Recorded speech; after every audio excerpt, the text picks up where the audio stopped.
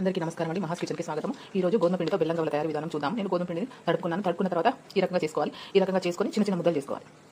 చిన్న చిన్న బాల్స్ లాగా చేసుకోవాలి. ఎందుకంటే పెద్ద బాల్స్ లాగా చేసుకుంటే మనకు గవ్వలు సరిగా కాలు పచ్చి ఉంటాయి.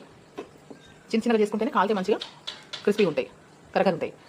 దొడ్డు చేసుకుంటే కాలు సరిగా, అందుకే ఈ సైజ్ చేసుకోండి. బెల్లం గవ్వలు చేసుకోవడానికి బెల్లం చెక్కండి. ఇది వాడుకోవాలి. మనం ఫస్ట్ పిండి రాసుకోవాలి, ఎందుకంటే అతుకుతుంది కాబట్టి. ఇప్పుడు చూడండి నేను ఎట్లా చేస్తాను.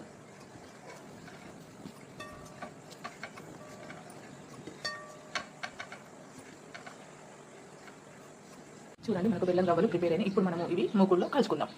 ఇప్పుడు మనము గవ్వలు కాల్చుకుందామండి. ఆయిల్లో వేసుకొని చూడండి.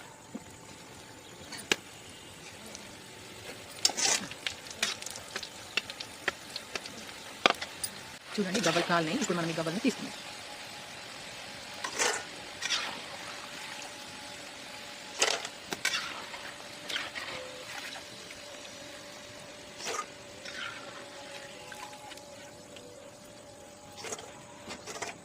గవ్వలకు బెల్లం పాకం తయారు చేసుకుందాం.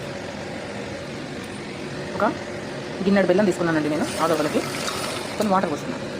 ఇప్పుడు మనం దీన్ని కరిగించుకోవాలి. చూడండి ఉడుకుతుంది. ఇప్పుడు మనం ఒకసారి చూద్దాము ఇది పాకం ఏ రకంగా వచ్చిందో చూద్దాం. ఇది తీగ పాకం వచ్చిన తర్వాత చూసుకోవాలండి. చూడండి వచ్చింది, చూసిందా? తీగ పాకం సరిపోతుంది మనకు. ఇప్పుడు మనము గవ్వలు వేసుకోవాలి. ఇప్పుడు మనము గ్యాస్ ఆఫ్ చేసుకొని గవ్వలు ఇందులో వేసుకుందాం.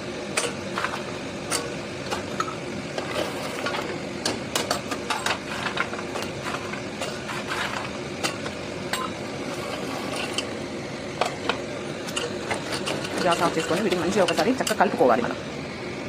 చూడండి గవ్వలు రెడీ అయినాయండి. మన గవ్వలు తినడానికి రెడీ ఉన్నాయి. చూడండి బాగుంటాయండి, ఇవి టేస్టీగా ఉంటాయి.